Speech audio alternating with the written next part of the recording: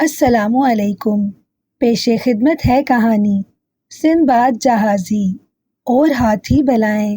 جس جگہ سمندر میں ان کا جہاز موجود تھا، جزیرہ راگزان وہاں سے زیادہ دور نہ تھا، اس لیے انہیں رفتار بڑھانے کی کیا ضرورت تھی۔ وہ معمولی رفتار سے جزیرہ راگزان کی طرف بڑھ رہے تھے، پھر بھی راستے میں 4 چھوٹے چھوٹے جزیرے آتے تھے، اور ایک رات تو انہیں کسی نہ کسی جزیرے پر گزارنا ہی تھی۔ شام ہو رہی تھی، سورج آہستہ آہستہ مغربی افق کی طرف جھک رہا تھا، اس کی کرنوں میں سنہری پن آ گیا تھا۔ ملاح مشاہدی اور دوسرے ملاح چپو چلا رہے تھے، اور سندباد جہازی سوچ رہا تھا کہ اسے رات کس جزیرے پر گزارنا چاہیے، کہیں ایسا نہ ہو کہ وہ کسی خطرناک جزیرے پر جا پھنسے۔ اس کی پیشانی پر سوچوں کی لکیریں تھیں، اور اس کے سامنے کرسیوں پر نارمن جہاز کا کپتان اور نائب کپتان ڈیوڈ بیٹھے تھے۔ اس کے قریب سندباد جہازی کا دوست عارف جہازی بیٹھا تھا۔ وہ خوش اور مطمئن تھے، بے شک وہ پچھلے جزیرے پر بڑی مصیبت میں پھنس گئے تھے، مگر انہیں وہاں سے بہت زیادہ مال بھی ہاتھ لگا تھا۔ وہ اس سے بہت خوش تھے۔ اس کے باوجود اب وہ نہ چاہتے تھے کہ کسی ایسے جزیرے پر دوبارہ پہنچے جو پھر ان کے لیے قید خانہ بن جائے اور وہ بڑی مصیبتوں میں پھنس جائیں۔ وہ سوچے جا رہا تھا، اس کے ساتھ ہی اس کے چہرے کی جانب دیکھ رہے تھے۔ اچانک کپتان نارمن نے اسے غور سے دیکھتے ہوئے کہا، سندباد۔ وہ بھی چونکا اور اس سے کہا، کیا بات ہے کپتان؟ کپتان مسکرا کر بولا، بات یہ ہے دوست کہ تم مجھے کچھ سوچتے ہوئے دکھائی دے رہے ہو، جیسے کوئی پریشانی تمہیں تنگ کر رہی ہے۔ اس نے ایک گہری سانس لے کر کہا، پریشانی ایسی کوئی خطرناک اور بڑی بھی نہیں ہے، میں یہ سوچ رہا ہوں کہ آج رات ہم کس جزیرے پر قیام کریں گے۔ اس نے ہنس کر کہا، جو بھی جزیرہ پہلے آئے گا ہم آج رات اسی جزیرے پر گزاریں گے۔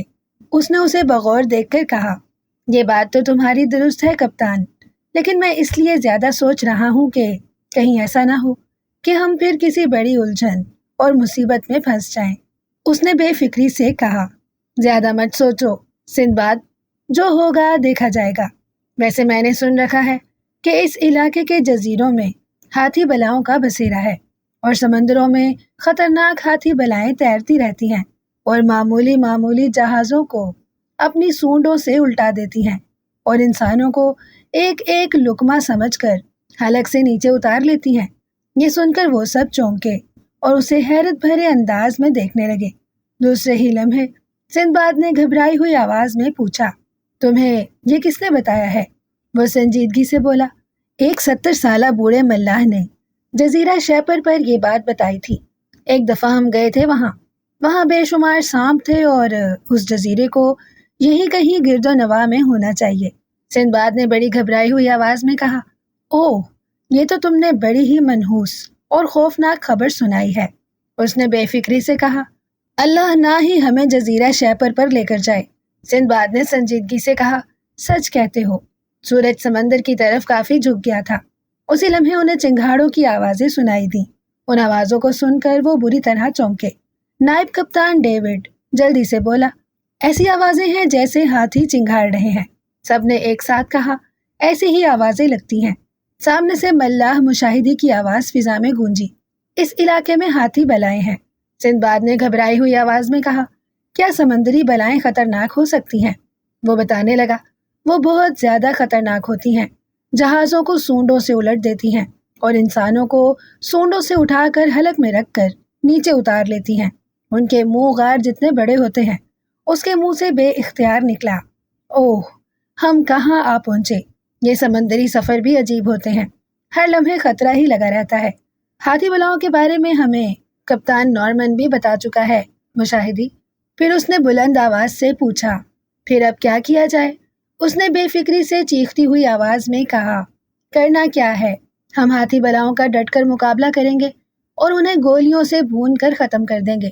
سندباد نے خدشے کا اظہار کیا، کہیں ہاتھی بلائیں ہمارے جہاز کو نہ الٹ دیں۔ اس نے پورے وثوق سے چلا کر کہا، بالکل نہیں، ہاتھی بلائیں ہمارے جہاز کو نہیں الٹ سکتی، کیونکہ ہمارا جہاز بے حد وزنی ہے۔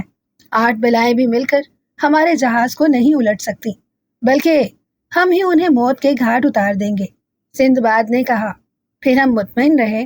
اس نے جواب دیا، بے شک ہمیں مطمئن ہی رہنا چاہیے۔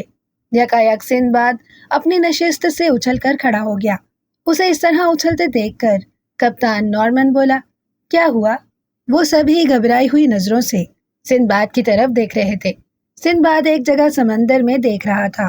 اس نے کوئی جواب نہ دیا۔ وہ بھی تیزی سے ان کی نگاہوں کے تعاقب میں ادھر دیکھنے لگے۔ اس جگہ سمندری لہروں میں کافی ہلچل تھی۔ کپتان نارمن نے اس سے تیز آواز میں پوچھا، کیا دیکھ رہے ہو سندباد؟ وہ چونکا اور اس نے گھوم کر کپتان نارمن کی طرف دیکھا اور دھیمی آواز میں کہا، غور سے سنو، میں نے اندازہ لگایا ہے کہ ہمارے جہاز کے ارد گرد 2 ہاتھی بلائیں موجود ہیں، کیونکہ تلاتم بتا رہا ہے کہ اس سے زیادہ بلائیں ہیں۔ لہروں میں مد و جزر کچھ زیادہ ہی تھا۔ اب دیکھ لو، وہاں ذرا سا بھی مد و جزر نہیں ہے۔ لہریں پرسکون انداز میں مچل کر بہہ رہی ہیں۔ اس کی وجہ ہے کہ ہاتھی بلائیں آگے نکل گئی ہیں۔ کیا میں نے جھوٹ کہا تھا؟ وہ مسکرا کر بولا، تم نے سچ کہا ہے سندباد، تم بھی ایک ماہر جہاز ران ہو اور تجربے کار ہو۔ تمہاری عمر بھی سمندروں میں گزری ہے۔ واقعی ہمارے ارد گرد 2 ہاتھی بلائیں موجود ہیں۔ ان میں ایک نر ہے اور ایک مادہ ہے۔ اچانک ان کی نگاہ سامنے چلی گئی۔ وہاں پھر ہلچل ہو رہی تھی، مگر لہروں سے پہلے کوئی چیز نہ نظر آ رہی تھی۔ یوں لگ رہا تھا لہروں کے نیچے نیچے ہلچل مچاتی ہوئی کوئی چیز ان کے جہاز کی طرف بڑھ رہی ہے۔ اس حرکت سے وہ پریشان ہو گئے۔ وہ بے چینی اور اضطراب سے ادھر ادھر دیکھ رہے تھے۔ سندباد کو خدشہ تھا کہ ہاتھی بلائیں پانی کے اندر ہی اندر بڑھ کر ان کے جہاز کو الٹانے کی کوشش کریں گی، مگر اسے اتنا اطمینان ضرور تھا کہ ان کا جہاز کافی وزنی تھا۔ سندباد جیسے بھاری بھرکم جہاز کو الٹا دینا ہاتھی بلاؤں کے بس کی بات نہ تھی۔ ملاح مشاہدی نے اسے اس بات کا یقین دلا دیا تھا کہ ہاتھی بلائیں ان کی جہاز کو نہ الٹا سکتی تھی، اس لیے اس طرف سے سندباد مطمئن تھا۔ اور اب اس اطمینان کی وجہ سے وہ سوچ رہا تھا کہ ممکن ہے کہ وہ لوگ اب ہاتھی بلاؤں کو آسانی سے ختم کر سکیں گے۔ ابھی تک ہاتھی بلائیں انہیں دکھائی نہ دے رہی تھیں۔ اچانک ان کے جہاز کو زور سے جھٹکا لگا۔ وہ بڑا ہی زبردست جھٹکا تھا۔ سمندری لہروں کے اندر ہی اندر ہاتھی بلائیں ان کے جہاز کے قریب آ گئی تھی اور ان کے جہاز کو بڑی زبردست ٹکر ماری تھی۔ ایک لمحے کے لیے تو انہیں یوں لگا کہ ان کا جہاز ٹکڑے ٹکڑے ہو گیا ہے اور ابھی سمندری لہروں میں ادھر ادھر بکھر جائے گا، مگر وہ نہ تو ٹکڑے ٹکڑے ہوا تھا اور نہ ہی بکھرا تھا، بلکہ اسی طرح سمندر کے نیلے پانیوں پر سبک رفتاری سے بہہ رہا تھا۔ یکایک عارف جہازی زور سے چلایا، سندباد، یہ جہاز کو زبردست جھٹکا کیسا لگا تھا؟ سمجھ میں نہیں آیا۔ سندباد نے اسے گھور کر کہا، ہاتھی بلاؤں نے ہمارے جہاز کو زبردست ٹکر ماری تھی۔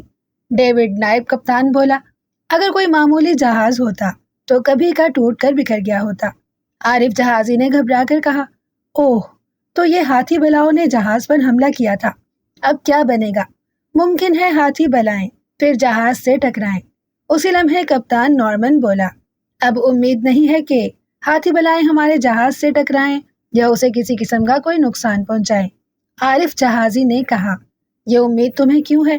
اس نے بھی اسے غور سے دیکھ کر کہا، کیونکہ ہاتھی بلائیں ناکام ہو چکی ہیں، اسی لیے امید ہے کہ اب وہ ہم پر براہ راست حملہ کریں گی، کیونکہ انہیں اس وقت انسانی خوراک کی ضرورت ہے۔ اسی لیے وہ تیزی سے اس طرف آئی ہیں اور ہمیں جلد سے جلد نگل جانا چاہتی ہیں۔ وہ سمجھ گئی ہیں کہ اب ان کا اس جہاز پر حملہ کارگر نہ ہوگا۔ اب وہ ہم پر براہ راست حملہ کریں گی اور ہمیں نگل جائیں گی۔ یہ الگ بات ہے کہ ہم ان کے حملے سے اپنے آپ کو بچا لیں۔ ممکن ہے ان کی سونڈ بہت لمبی ہو اور دور سے ہی ہمارے جہاز پر آ جائے اور کسی کو اٹھا کر لے جائے۔ بہرحال ہمیں بہت زیادہ محتاط ہونا پڑے گا۔ سندباد نے پر اعتماد لہجے میں کہا، اللہ کے حکم سے ہم اپنے آپ کو بچا لیں گے۔ ہمیں نہایت پھرتی سے ان پر گولیاں برسانی ہوں گی۔ کپتان نے فوراً کہا، یہی بات تو میں کہہ رہا ہوں کہ ہمیں حیرت انگیز پھرتی، ہوشیاری اور چالاکی سے کام لینا ہوگا، تبھی ہم ہاتھی بلاؤں سے بچ سکیں گے۔ اسی لمحے جہاز کو ایک زوردار ٹکر لگی۔ جہاز پھر چرچرا کر رہ گیا۔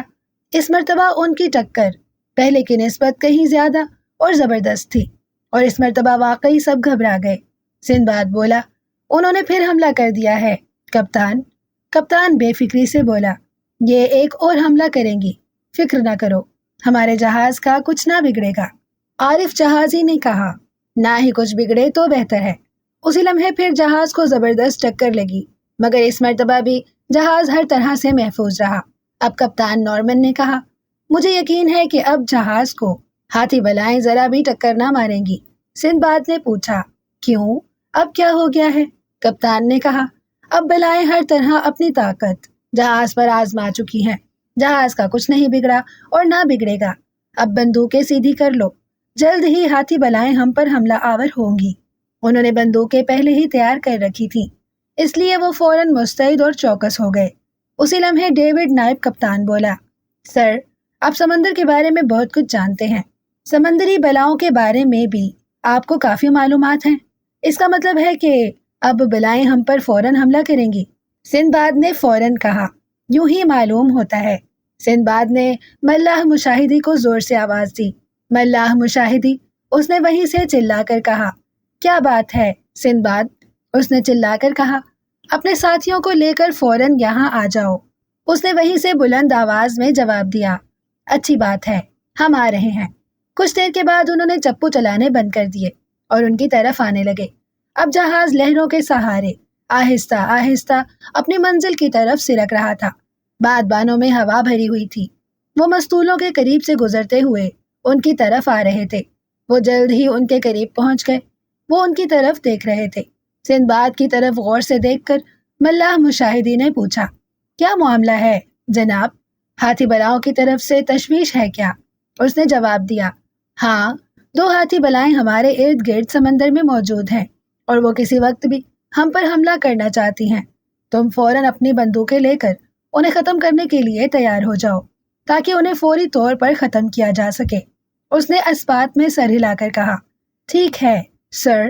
پھر وہ اپنے ساتھی ملاحوں سے مخاطب ہوا، دوستو، فوراً بندوقیں سنبھال لو تاکہ ہم حملہ آور ہاتھی بلاؤں کو ختم کر سکیں۔ اس کے حکم پر انہوں نے فوراً بندوقیں اٹھا لیں اور تلواریں اپنی کمر پر کس لیں۔ اب وہ بلاؤں کے حملے کو ہر طرح سے روکنے کے لیے تیار تھے۔ وہ متلاشی نظروں سے سمندر میں ادھر ادھر دیکھ رہے تھے۔ ان کی سمجھ میں نہ آ رہا تھا کہ ہاتھی بلائیں کہاں غائب ہو گئی ہیں۔ اب ان کی بے چینی اور اضطراب بڑھتا چلا جا رہا تھا۔ وہ اب جھنجھلائے ہوئے لگ رہے تھے۔ اچانک وہ چونکے، انہیں وہ بلائیں نظر آ گئی تھیں۔ وہ سامنے کی طرف سے اپنے چہرے گردنوں تک لہروں سے باہر نکالے ان کی طرف آ رہی تھیں۔ ان کی سونڈیں بے حد لمبی تھیں اور سانپوں کی طرح بل کھاتی ہوئی لہرا رہی تھیں۔ کافی موٹی سونڈیں تھیں۔ وہ بے حد پھرتیلی اور طاقتور لگ رہی تھیں۔ وہ دونوں بلائیں چٹانوں کی طرح بڑی بڑی تھیں۔ ان کے منہ غاروں کے دھانوں کی طرح ہی تھے۔ ان کی آنکھیں چھوٹی چھوٹی تھیں۔ ان کے کان ہاتھیوں کی طرح لمبے لمبے تھے۔ وہ پانی میں بھیگی ہوئی تھیں۔ ان کے چہروں سے پانی ٹپک رہا تھا۔ اب وہ بڑی بھیانک نظر آ رہی تھیں اور اب ہاتھیوں کی طرح چنگاڑ رہی تھیں۔ ان کی طرف غور سے دیکھ کر ڈیوڈ نائب کپتان بولا، سر، آپ نے درست کہا تھا کہ یہ 2 ہی بلائیں ہیں، ایک مادہ ہے اور ایک نر۔ اب کیا خیال ہے آپ کا؟ یہ ہاتھی بلائیں ہمیں کوئی نقصان پہنچا سکیں گی؟ کپتان نارمن نے کہا، یہ تو تمہاری کارکردگی پر منحصر ہے کہ تم کتنی پھرتی کا مظاہرہ کرتے ہو۔ جتنی جلدی انہیں ختم کریں گے اتنا ہی ہم فائدے میں رہیں گے۔ ہماری کوشش یہ ہونی چاہیے کہ ان بلاؤں کی پیشانیوں پر گولیاں برسا دیں، پھر یہ آسانی سے مر جائیں گی، ورنہ ان کا مرنا مشکل ہے۔ چہرہ اور باقی جسم ان کا بے حد سخت ہوتا ہے۔ کوئی گولی جلد پر اثر نہیں کرتی۔ پیشانی میں گولی لگتے ہی اپنا اثر دکھاتی ہے اور ان کا سر بھی ٹکڑے ہو جاتا ہے اور یہ آسانی سے مر جاتی ہیں۔ اس نے تسلیم کرتے ہوئے کہا، بالکل درست بات کی ہے آپ نے۔ سبھی ان کی باتیں غور سے سن رہے تھے۔ انہیں معلوم ہو گیا تھا کہ ہاتھی بلاؤں کو کس طرح ختم کیا جا سکتا ہے۔ اب ہاتھی بلائیں لمبی لمبی گردنیں اٹھائے اور سونڈیں لہراتی تیزی سے ان کی طرف بڑھ رہی تھیں۔ ان کی سونڈیں جہاز کے اندر آ گئیں۔ وہ گھبرا کر پیچھے ہٹ گئے۔ سندباد چلایا، پیچھے ہٹ جاؤ۔ اس کے چلانے سے پہلے ہی وہ کافی پیچھے ہٹ گئے تھے۔ ان کے اس اقدام نے انہیں حواس باختہ کر دیا تھا۔ وہ اب چیخنے چلانے لگے تھے۔ بلاؤں کی سونڈیں پھر ان کے قریب آ گئیں۔ سندباد چیخا، ہاتھی بلاؤں کی سونڈوں پر تلواریں مارو۔ انہوں نے بمشکل اپنے حواس قائم کیے، مگر اس دوران میں ایک ایک سونڈ نے ایک ایک ملاح کو کمر سے پکڑ لیا تھا اور انہیں وہ سمندر میں کھینچنا ہی چاہتی تھی کہ سندباد اور کپتان نے لپک کر ان کی سونڈوں پر پوری قوت سے تلواریں ماری۔ ان کی سونڈیں کٹ کر جہاز پر گری اور وہ اچھل کر پرے جا گرے۔ دونوں ملاح بری طرح سہمے ہوئے تھے اور گرتے ہی وہ بے ہوش ہو گئے، مگر خدا نے انہیں بچا لیا تھا۔ دل خراش انداز میں چیخیں مارتی ہوئی بلاؤں نے اپنی سونڈوں کو فوراً پیچھے کھینچ لیا۔ اب ان کی سونڈیں آدھی رہ گئی تھیں۔ کٹے ہوئے حصے جہاز پر پڑے ہوئے تھے اور وہاں گاڑھا گاڑھا بدبودار سرخی مائل سیاہ خون پڑا ہوا تھا، اور اس خون کی گاڑھی لکیریں دور تک بہتی چلی گئی تھیں۔ باقی بلائیں بری طرح چنگاڑ رہی تھیں، پھر وہ سمندر میں غوطہ لگا گئیں۔ وہ ان کا مزید کچھ نہ بگاڑ سکے، ان پر فائرنگ بھی نہ کر سکے۔ جب ان کے حواس ذرا ٹھکانے آئے تب سندباد نے کہا، کتنی خوفناک بلائیں تھیں۔ پھر اس نے سامنے بے ہوش پڑے ہوئے دونوں ملاحوں کی طرف توجہ کی اور لپک کر ادھر چلا گیا۔ مشاہدی ملاح سردار بولا، شکر ہے میرے ملاح بچ گئے، ورنہ ان کے مرنے میں کوئی کسر نہ رہ گئی تھی۔ سارے ملاحوں نے سندباد اور کپتان کا شکریہ ادا کیا۔ ملاح ان کی طرف مشکور نظروں سے دیکھ رہے تھے۔ نارمن اور سندباد بولے، اس میں شکریہ کی کیا بات ہے؟ ہم نے اپنا فرض ادا کیا ہے۔ تم ہمارے ساتھ رہتے ہو اور ہم ایک دوسرے کے دوست ہیں، ہمارا فرض بنتا ہے کہ ہم ایک دوسرے کی مدد کریں۔ اس کے بعد سندباد نے ان سے کہا، اپنے ساتھیوں کو ہوش میں لاؤ۔ ان کی کوششوں سے وہ تھوڑی دیر میں ہوش میں آ گئے۔ ہوش میں آ کر جب انہیں معلوم ہوا کہ سندباد اور کپتان نارمن نے انہیں بچایا ہے تو انہوں نے ان کا بھی شکریہ ادا کیا اور سندباد نے انہیں تسلی دی، مگر دوسرے ہی لمحے وہ چونکے اور گھبرا کر چیختے ہوئے دوسری طرف بھاگ گئے، کیونکہ اس طرف جہاز کے فرش پر ہاتھی بلاؤں کی سونڈیں لہرا رہی تھی۔ اب وہ دونوں طرف سے انہیں صاف نظر آ رہی تھی۔ کٹی ہوئی سونڈوں سے خون بہہ رہا تھا۔ اچانک یہ بلائیں زور زور سے چنگھاڑنے لگی۔ انہوں نے کوہرام برپا کر دیا۔ سندباد سمجھ گیا کہ اب انہیں ختم کرنے کا نادر موقع ہاتھ لگا ہے۔ اس نے کپتان نارمن سے سرگوشی کی، سامنے چنگھاڑتی ہوئی بلائیں موجود ہیں، وہ اس وقت غصے، تکلیف اور جوش میں اندھی ہو رہی ہیں اور اپنے ہوش و حواس کھو چکی ہیں۔ اس وقت ہم ان کو آسانی سے شکار کر سکتے ہیں۔ کپتان نارمن نے بھی سرگوشی کی۔ کیا کیا جائے؟ اس نے کہا، بندوقیں سیدھی کر کے ہمیں گولیاں چلا دینی چاہیے تاکہ ان کی پیشانیاں ٹکڑے ٹکڑے ہو کر سمندری پانیوں میں ادھر ادھر بکھر جائیں، مگر نشانہ خطا نہ جائے۔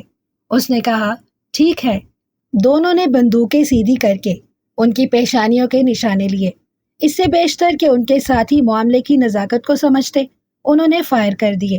گولیاں ٹھیک نشانے پر لگیں۔ گولیاں لگتے ہی دوسرے لمحے بلاؤں کی پیشانیاں ٹکڑے ٹکڑے ہو کر ادھر ادھر سمندر میں بکھر گئیں۔ ہاتھی بلائیں ماری جا چکی تھیں۔ سندباد کپتان اور ان کے ساتھیوں نے اس حیرت ناک منظر کو غور سے دیکھا۔ وہ حیران تھے کہ کس آسانی سے بلائیں مر گئی تھی۔ سندباد اور کپتان حیران تھے کہ انہوں نے کتنی آسانی سے اتنا بڑا کارنامہ سر انجام دے دیا تھا کہ چٹانوں جتنی بڑی اور خوفناک بلاؤں کو ختم کر دیا تھا۔ بلائیں چنگھاڑ بھی نہ سکی تھیں۔ اچانک کپتان نارمن اور سندباد نے مسرت بھرے انداز میں فتح کے نعرے لگانا شروع کر دیے۔ ان آوازوں پر باقی ساتھی بھی چونکے اور انہوں نے بھی نعرے لگانا شروع کر دیے، اچھلنے کودنے اور ناچنے لگے۔ وہ بے حد خوش تھے۔ بلاؤں کو ختم کر کے ان کی خوشیوں کا کوئی ٹھکانہ نہ رہا تھا۔ ان کا رواں رواں مسرت بھرے انداز میں لرز رہا تھا اور ان کی ہر حرکت اور ہر انداز سے خوشیوں کا اظہار ہو رہا تھا۔ وہ اپنے دوست سندباد اور کپتان کو مسرت و عقیدت سے دیکھ رہے تھے۔ کچھ دیر جشن منانے کے بعد وہ کرسیوں پر بیٹھ گئے اور اسکرین سے باہر دیکھنے لگے۔ وہ کرسیوں پر خاموش خاموش بیٹھے تھے کہ یکایک عارف جہازی نے اس خاموشی کو توڑا اور بولا، بہت ہی خوفناک بلائیں تھیں۔ سندباد بولا، واقعی بلائیں کیا تھیں؟ پہاڑ تھے۔ کپتان نارمن بولا، ہم نے ان پہاڑوں کو بھی اڑا دیا۔ اسی لمحے نائب کپتان ڈیوڈ بولا، بے شک سندباد، آپ نے تو کمال ہی کر دیا۔ سندباد نے گہری سنجیدگی سے کہا، یہ ہمارا کوئی کمال نہیں ہے، اللہ نے ہمیں طاقت دی اور ہم کامیاب ہو گئے۔ اللہ کی مہربانی کے نتیجے میں ہمیں کامیابی ملی ہے، ورنہ ہم کچھ بھی نہیں ہیں۔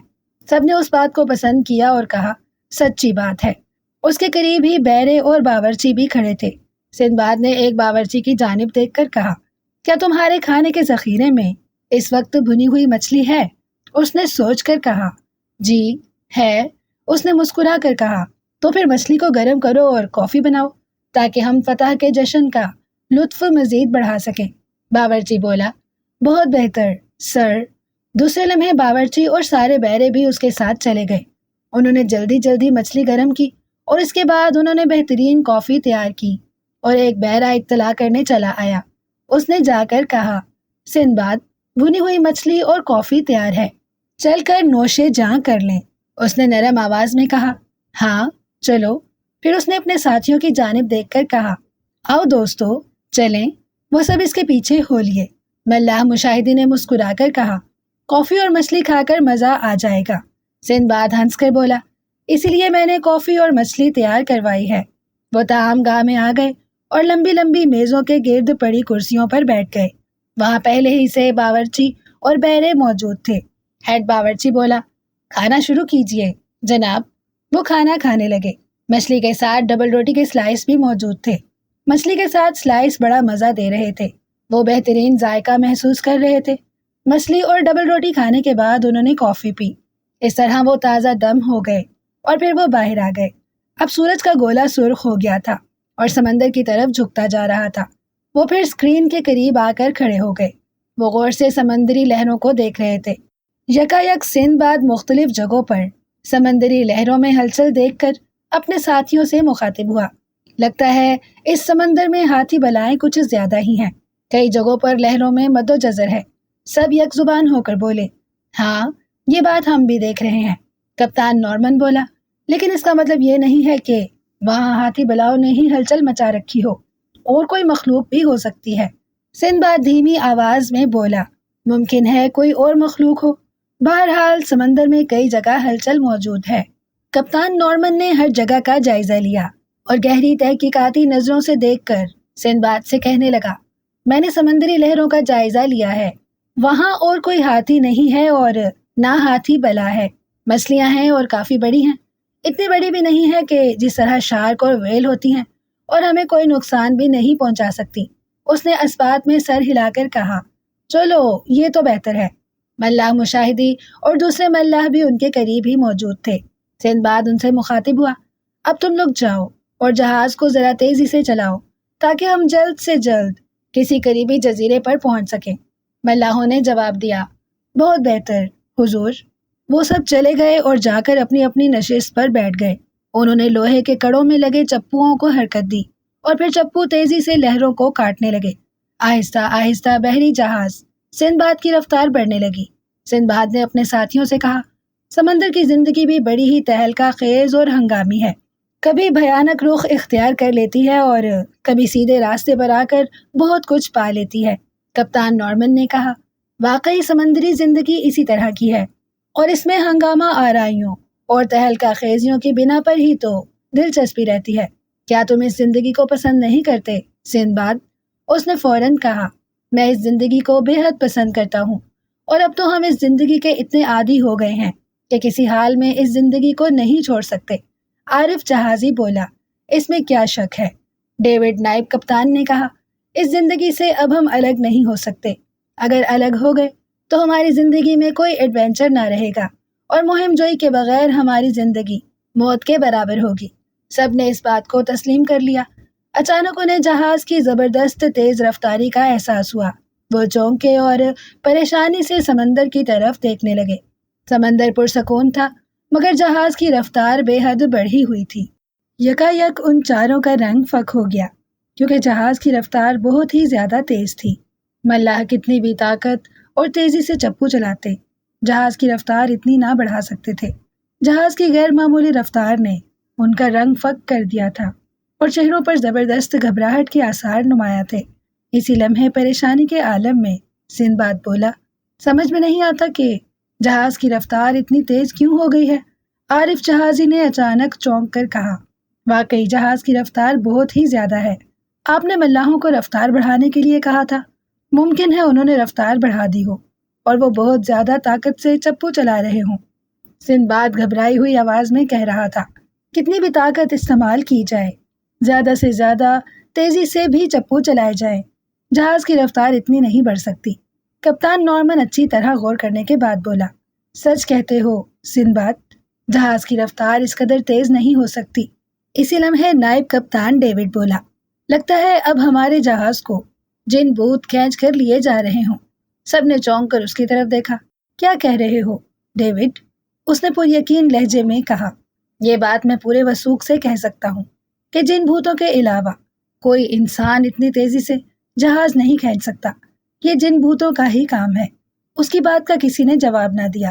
وہ سب سوچوں میں غرق ہو گئے۔ انہوں نے دیکھا کہ سامنے سے ملاح مشاہدی اور سارے ملاح ان کی طرف بدحواسی کے عالم میں دیوانہ وار بڑھتے چلے آ رہے تھے۔ وہ گھبرائے ہوئے اور سخت پریشان تھے۔ وہ ان کی طرف آ رہے تھے۔ اب جہاز کی رفتار میں مزید اضافہ ہو گیا تھا۔ ان کے چہرے گہری دہشت اور پریشانی سے خوف زدہ ہو گئے تھے۔ وہ سمجھ گئے کہ یہ جن بھوتوں کا ہی کارنامہ ہے۔ ڈیوڈ بولا، دیکھ لو، ملاح تو ہماری طرف آ رہے ہیں اور جہاز کی رفتار میں اضافہ ہوتا جا رہا ہے۔ اسے جن بھوتوں کے علاوہ اور کون کھینچ رہا ہے؟ سورج غروب ہونے سے پہلے ہمارا جہاز کسی عجیب و غریب جزیرے پر پہنچ جائے گا، سندباد نے کہا۔ اس قسم کا واقعہ پہلی مرتبہ ساری سمندری زندگی میں ہمارے ساتھ پیش آیا ہے، کپتان نارمن بولا۔ اس کا مطلب ہے ہم پھر خطرناک حالات میں گر گئے ہیں، سندباد نے پریشانی سے کہا۔ ایسی ہی بات ہے، کپتان نارمن بولا۔ سوچنے والی بات یہ ہے کہ اس ناگہانی آفت اور پریشان کن صورتحال سے کس طرح بچا جائے۔ اس کے بارے میں جلد ہی ہمیں کچھ سوچنا چاہیے، ڈیوڈ نائب کپتان بولا۔ ہم کیا سوچ سکتے ہیں؟ مشاہدی ملاح اور اس کے ساتھ ملاح ان کے قریب آ کر کھڑے ہو گئے تھے اور وہ ان کی باتیں سن رہے تھے۔ مشاہدی بولا، اچانک ہی مجھے احساس ہوا کہ جتنی تیزی سے ہم چپو چلا رہے ہیں اس سے کہیں زیادہ تیزی سے ہمارے جہاز کی رفتار بڑھ رہی ہے۔ میں نے ملاحوں کی طرف بھی دیکھا، مگر وہ چپو اتنی تیزی سے نہیں چلا رہے تھے کہ جہاز کی رفتار اتنی تیز ہو جاتی۔ ہم نے گھبرا کر چپو چلانے بند کر دیے، مگر جہاز حیرت انگیز طور پر خود بخود تیز رفتاری سے چلا جا رہا تھا۔ پھر ہم سب دہشت زدہ ہو کر ادھر آ گئے۔ ملاح بہت زیادہ خوف زدہ ہیں، میں خود بھی خوف زدہ ہوں، کیونکہ اس طرح کا واقعہ پہلی مرتبہ ہمارے ساتھ پیش آیا ہے۔ اب کیا کیا جائے؟ سندباد حضور، سندباد نے بھی خوف زدہ آواز میں کہا، ہم کر بھی کیا سکتے ہیں؟ جنوں اور بھوتوں سے ہمارا کیا مقابلہ ہوگا؟ کپتان نارمن نے کہا، واقعی ہم کیا کر سکتے ہیں؟ اب تو ہمیں اپنے آپ کو حالات کے رحم و کرم پر ہی چھوڑنا ہوگا۔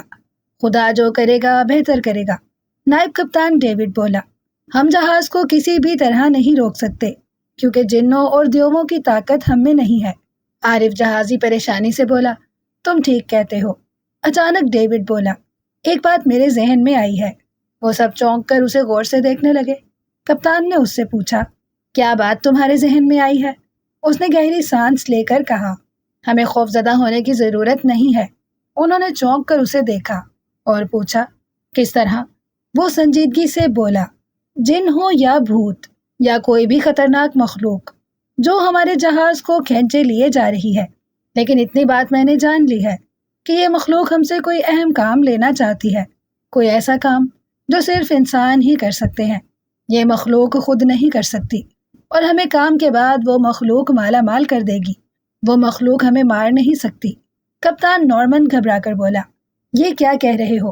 ہمیں تو یوں لگتا ہے کہ جیسے یہ مخلوق ہمیں اس لیے کھینچے لیے جا رہی ہے کہ ہمارا خون پیے اور گوشت کھائے۔ نائب کپتان ڈیوڈ زیر لب مسکرایا اور بولا، سر، یہ آپ کیا کہہ رہے ہیں؟ اس مخلوق کے اختیارات بہت وسیع ہیں۔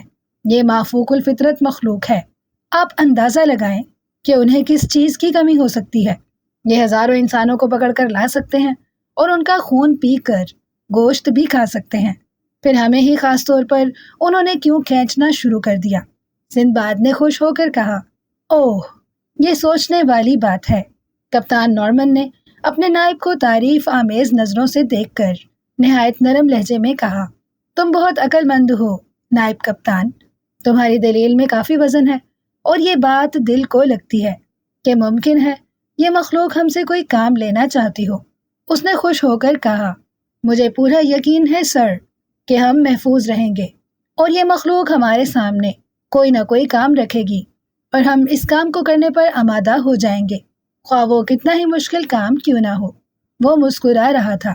اس کے یقین اور حوصلے پر وہ کسی حد تک خوف کو اپنے ذہنوں سے جھٹک چکے تھے اور اپنے آپ کو کس قدر محفوظ اور پرسکون محسوس کر رہے تھے۔ سندباد نے ڈیوڈ سے کہا، ڈیوڈ کپتان، کسی وقت تم بہت ہی اچھی بات کر جاتے ہو۔ تمہاری اس سوچ اور دلیل نے ہمیں بہت متاثر کیا ہے۔ اب ہمارے دل سے ہر قسم کا خوف نکل چکا ہے اور ہم مطمئن ہیں۔ وہ باتوں میں ہی مشغول تھے کہ جہاز ایک جزیرے کے کنارے جا لگا۔ وہ بڑے آرام سے جیٹی کے ساتھ لگا تھا، حالانکہ قدرتی طور پر بنی ہوئی جیٹی کے پتھر بھی نوکیلے تھے، لیکن پھر بھی انہیں ذرا بھی جھٹکا نہ لگا تھا۔ اب وہ پرسکون اور مطمئن تھے۔ سندباد بولا، دیکھیے اب کیا ہوتا ہے۔ ڈیوڈ مسکرا کر بولا، ہونا کیا ہے؟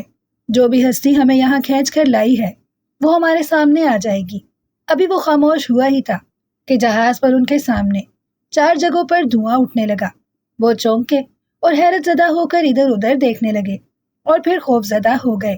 لیکن ڈیوڈ بولا، ڈرنے کی کوئی ضرورت نہیں ہے، اس میں سے ضرور پراسرار مخلوق نمودار ہوگی اور ہم سے بات کرے گی۔ سندباد نے اطمینان کا سانس لیا اور بولا، ٹھیک ہے۔ یکایک دھوئیں کے 4 لمبے لمبے مینار بن گئے اور پھر 4 دھماکوں سے وہ مینار پھٹ گئے۔ پھر وہ حیرت سے دیکھنے لگے کیونکہ ان کے سامنے ایک پراسرار مخلوق کھڑی تھی۔ ان کی شکلیں چھپکلیوں کی طرح تھی، مگر ان کی آنکھیں سرخ اور چمکدار تھیں۔ یوں لگ رہا تھا کہ جیسے ان کی آنکھوں میں شعلے مچل رہے ہوں۔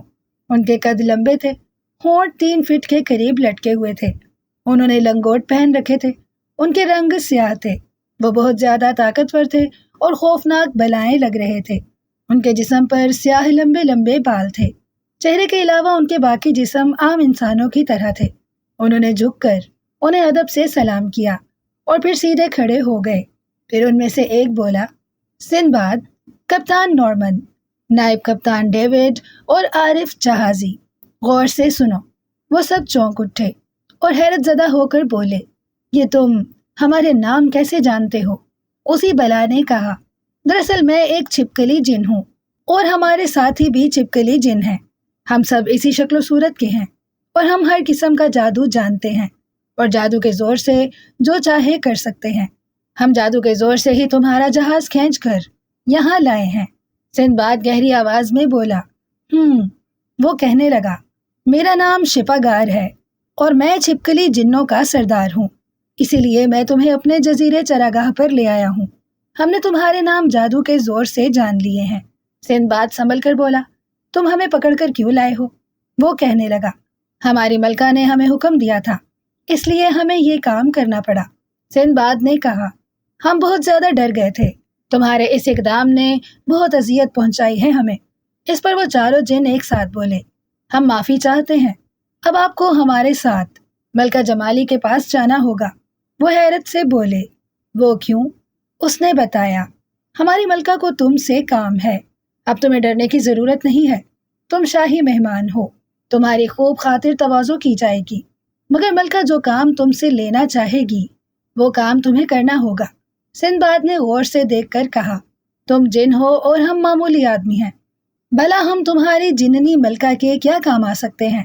اس نے ادب سے کہا، یہ ہماری ملکہ ہی جانتی ہے کہ اسے تم سے کیا کام لینا ہے، اسی لیے اس نے تمہارے جہاز کو طلسمی آئینے میں دیکھا اور ہمیں تمہارے جہاز کو لانے کے لیے بھیج دیا، اور اب تم وقت ضائع کیے بغیر ہمارے ساتھ چلو اور ہر طرح سے بے فکر رہو۔ وہ واقعی بے فکر ہو گئے اور سندباد نے کپتان نارمن سے پوچھا، چلیں؟ اس نے فوراً کہا، چلو۔ ڈیوڈ نائب کپتان نے کہا، مال کمانے کے لیے ہمیں جانا ہی ہوگا۔ وہ سب مسکرانے لگے۔ ڈیوڈ کپتان ان میں سے سب سے زیادہ بے فکر تھا۔ وہ کسی قسم کا خوف محسوس نہ کر رہا تھا، وہ نڈر بنا ہوا تھا۔ عارف جہازی نے کہا، اگر ہم نے انکار کیا تو یہ زبردستی بھی ہمیں اپنے ساتھ لے جائیں گے۔ سب ان کے ساتھ جانے کے لیے تیار ہو گئے۔ جن ملاحوں کو ساتھ لے جانا چاہتے تھے سو انہیں بھی ساتھ لے لیا گیا۔ سندباد نے کہا، چلو شپاگا، چلیں۔ اس نے سنجیدگی سے کہا، ٹھہرو، اب میں سواری کا بندوبست کر لوں۔ اس نے اس لمحے کچھ پڑھا اور ان کے جہاز پر ایک بہت بڑا قالین اترتا ہوا آیا اور جہاز کے فرش پر پھیل گیا۔ شپاگا بولا، تم سب اس قالین پر بیٹھ جاؤ یا کھڑے ہو جاؤ، یہ تمہاری مرضی ہے۔ یہ قالین تمہیں اڑا کر ہماری ملکہ کے محل میں لے جائے گا۔ وہ حیران ہو کر بولے، اوہ، یہ تو کمال ہو گیا۔ پھر وہ اپنا اسلحہ سنبھال کر اس قالین پر کھڑے ہو گئے۔ ان کے کھڑے ہوتے ہی قالین اوپر اٹھا اور تیزی سے شمال کی طرف اڑنے لگا، اور ان کے ساتھ ساتھ چاروں جن بھی اڑ رہے تھے۔ وہ قالین پر اس طرح آرام سے کھڑے تھے جیسے زمین پر کھڑے ہوں۔ سورج سمندر میں غائب ہو گیا اور ہلکا سا سرمئی اندھیرا پھیلنے لگا۔ انہیں اس طرح اڑنے میں بڑا لطف محسوس ہو رہا تھا۔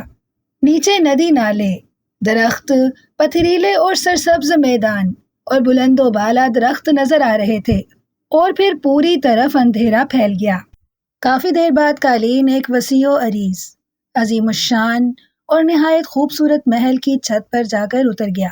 وہاں اتنی روشنی پھیلی ہوئی تھی کہ محل کے علاوہ انہیں گرد و نواح کا سارا علاقہ بخوبی نظر آ رہا تھا۔ وہ اس دلکش علاقے کو دیکھ کر خوش ہو رہے تھے۔ جن شپاگا نے ان سے کہا، تم سب قالین سے اتر کر میرے پیچھے چلے آؤ۔ انہوں نے ایک ساتھ کہا، ٹھیک ہے۔ تھوڑی دیر میں وہ سیڑھیوں سے نیچے اتر آئے۔ وہاں بے شمار چھپکلی جن اور جننیاں موجود تھے، جوان، بچے اور بوڑھے سب ہی تھے۔ کتنی ہی راہداریوں سے گزرنے کے بعد ایک کمرے کے سامنے آ کر وہ رک گئے۔ یکایک اس کمرے کا دروازہ کھلتا چلا گیا اور وہ اندر چلے گئے۔ اندر جا کر انہوں نے دیکھا کہ ایک سیاہ فام چھپکلی جننی سونے کے تخت پر بیٹھی تھی۔ اس کا کمرہ نہایت خوبصورت اور آراستہ پیراستہ تھا۔ ہر چیز قیمتی اور دلکش تھی۔ کمرے میں خوشبوئیں پھیلی ہوئی تھیں اور فانوسوں کی روشنی سارے کمرے میں پھیلی ہوئی تھی۔ چھپکلی ملکہ نے سر پر سونے کا تاج پہن رکھا تھا جس میں ہیرے جواہرات مرقع تھے۔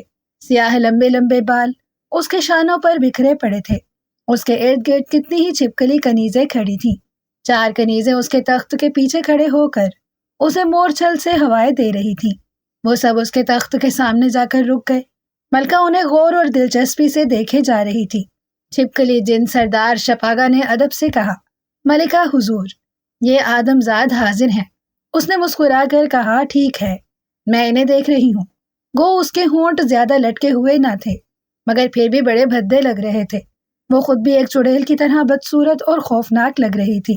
سندباد نے ادب سے کہا، ملکہ عالیہ، ہمیں کیوں بلایا گیا ہے؟ وہ عجیب سے پراسرار انداز میں مسکرائی اور پھر اس نے کہا، سندباد جہازی، تم اور تمہارے ساتھی میرے لیے ایک کام کریں گے؟ اس نے ادب سے کہا، ملکہ عالیہ، اگر ہم وہ کام کر سکے تو یقیناً کریں گے۔ اس نے ایک گہری سانس لے کر کہا، مجھے یقین ہے کہ تم لوگ اس کام میں ضرور کامیاب ہوگے۔ اس نے فوراً کہا، تو پھر بتائیے ملکہ حضور۔ وہ کہنے لگی، یہاں سے کچھ فاصلے پر شیر جن رہتے ہیں۔ ان کا بادشاہ شیر جن بہت ہی خطرناک اور ہم سے زیادہ شہروز ہے۔ وہ ہمارے جن بچوں کو اٹھا کر لے جاتا ہے اور انہیں غلام بنا کر ان سے بیگار لیتا ہے۔ ہم سب مل کر بھی اس کا مقابلہ نہیں کر سکتے۔ ہماری جادوگرنی ماں نے کہا ہے کہ یہاں ایک سندباد نامی سوداگر آئے گا اور وہ ان سب شیر جنوں کو ختم کر دے گا۔ ان کا جسم ہماری طرح ہے اور ان کی شکلیں شیر کی طرح ہیں۔ ان کا رنگ سرخ ہے اور جسموں پر سرخ رنگ کے بال ہیں۔ وہ بہت ہی بھیانک اور خوفناک جادوئی قوتوں کے مالک ہیں۔ ہمارا ان کا کوئی مقابلہ نہیں ہے، اس لیے ہم نے تمہیں بلایا ہے تاکہ تم ہماری مدد کر سکو۔ سندباد نے بے چارگی سے کہا، مگر ہم تمہاری مدد کس طرح کریں گے؟ ہم تو معمولی آدمزاد ہیں۔ اس نے اطمینان سے کہا، ابھی ہماری جادوگرنی ماں آ کر تمہیں جادوئی طاقت عطا کرے گی۔ اس طرح تم پر کوئی جادو اثر نہیں کرے گا اور تم سب طاقتور بن جاؤ گے، اور جس جن شیر کو بھی گولی مارو گے وہی مر جائے گا۔